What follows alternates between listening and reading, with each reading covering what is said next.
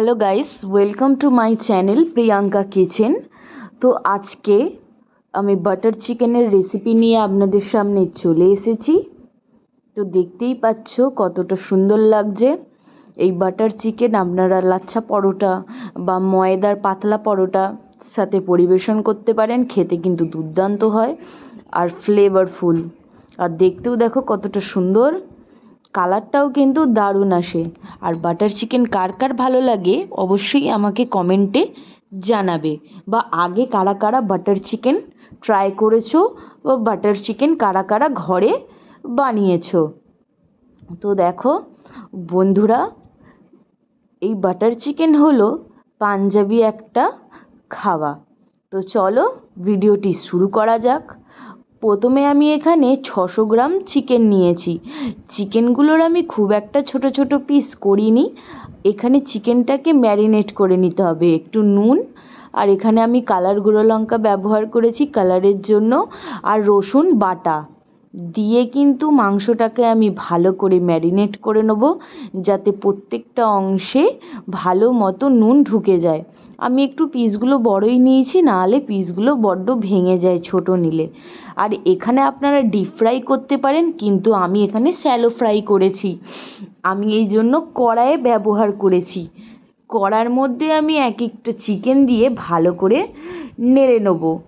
এই চিকেনগুলো কড়াইয়ে দেওয়ার পর আপনারা ভালো করে যদি চাপা দিয়ে দিয়ে নাড়েন, তো এখানেই চিকেনটা ভালো মতো সেদ্ধ হয়ে যাবে। যেহেতু দেখো আমি সব রকম পিস মিলিয়ে নিয়েছি, হাড় বোনলেস সব রকম মিশিয়ে নিয়েছি, তো এখানে আমার একটু টাইমটা বেশি লেগেছে সেদ্ধ করার। কিন্তু দেখো কালার এখানে নিজে নিজে জল ছেড়েছে, কালারটাও কিন্তু বেশ সুন্দর এসেছে, মনে হচ্ছে না যে আমি ভাজিনি। তো মাংসটা ভাজার পর এক পাশে গ্রেভি বানিয়ে নেব। গ্রেভির জন্য আমি এখানে একটা বড় সাইজের পেঁয়াজ ব্যবহার করেছি, আর দুটো টমেটো ইউজ করেছি লাল লাল।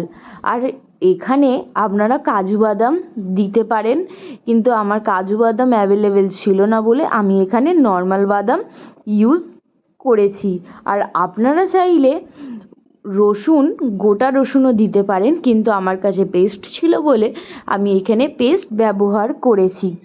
আমি এখানে খুবই সিম্পল পদ্ধতিতে বাটার চিকেনের রেসিপি নিয়ে এসেছি, যে ঘরে অনেক কিছু উপকরণ না থাকলেও বা আপনারা কিভাবে বানিয়ে বাটার চিকেন খাবে। এখানে আমি সামান্য কালারের জন্য এখানে কাশ্মীরি লাল মির্চ ব্যবহার করেছি।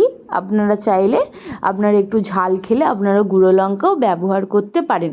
আর এখানে অল্প পরিমাণ টমেটো সস আর শেজওয়ান সস একটু মিশিয়ে আমি দিয়েছি জাস্ট ফর কালারের জন্য। এইগুলো দিলে কিন্তু কালার আর ফ্লেভার দুটোই কিন্তু খুব সুন্দর আসে।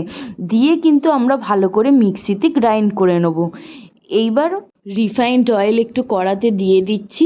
এখানে ফোড়নের মধ্যে বলতে গেলে আমি গোটা গরম মশলা, জিরে ব্যবহার করেছি, আর কালারের জন্য একটুখানি কাশ্মীরি লাল মির্চ। তারপরে কিন্তু তেলটা যখন ভালো করে গরম হয়ে আসবে, তখন আপনাদেরকে কিন্তু যেই মিক্সচারটা করে রেখেছিলেন সম্পূর্ণ কিন্তু দিয়ে দিতে হবে। দেখো কতটা ক্রিমিনেস আর থিকনেস লাগছে, আর খেতেও কিন্তু দুর্দান্ত হয়েছিল, আর দেখতেও দেখো কতটা সুন্দর লাগছে। এবার কিন্তু আপনাদেরকে ভালো করে মশলাটা কষিয়ে যেতে হবে যতক্ষণ না একটা তেল আসছে। আমি এখানে যেহেতু বাটার চিকেন, তো একটু বাটার দিয়েছি। বাটারটা এখানে একটু বেশিই লাগে, তো বাটার দিয়েছি। আপনারা আপনাদের ইচ্ছা মতো বাটার দিতে পারেন। এমনিভাবে করলেও কিন্তু খেতে খুবই সুন্দর লাগবে। এই সময় আমি বলবো চিকেনগুলো দিয়ে দিতে, যেহেতু আমার চিকেনে হাড় ছিল, যাতে চিকেনগুলো ভালো করে সেদ্ধ হয়ে যায়।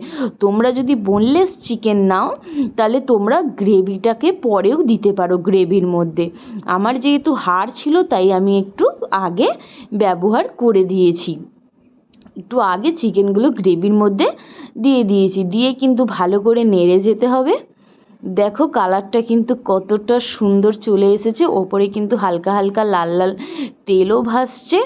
তো এখানে নামানোর আগে কিছুক্ষণ আগে আপনাদেরকে একটু কসুরি মেথি দিতে হবে। এইটা দিলে কিন্তু খুবই ভালো লাগে। তো এখানে আমাদের বাটার চিকেন রেডি, আর কতটা সুন্দর হয়েছে দেখতে, অবশ্যই আমাকে কমেন্টে জানাবেন তোমাদের এই রেসিপিটি কেমন লেগেছে। ভালো লাগলে বন্ধুরা অবশ্যই চ্যানেলটা সাবস্ক্রাইব করে পাশে থাকবেন। পরের ভিডিওতে আবার দেখা হচ্ছে। Bye bye.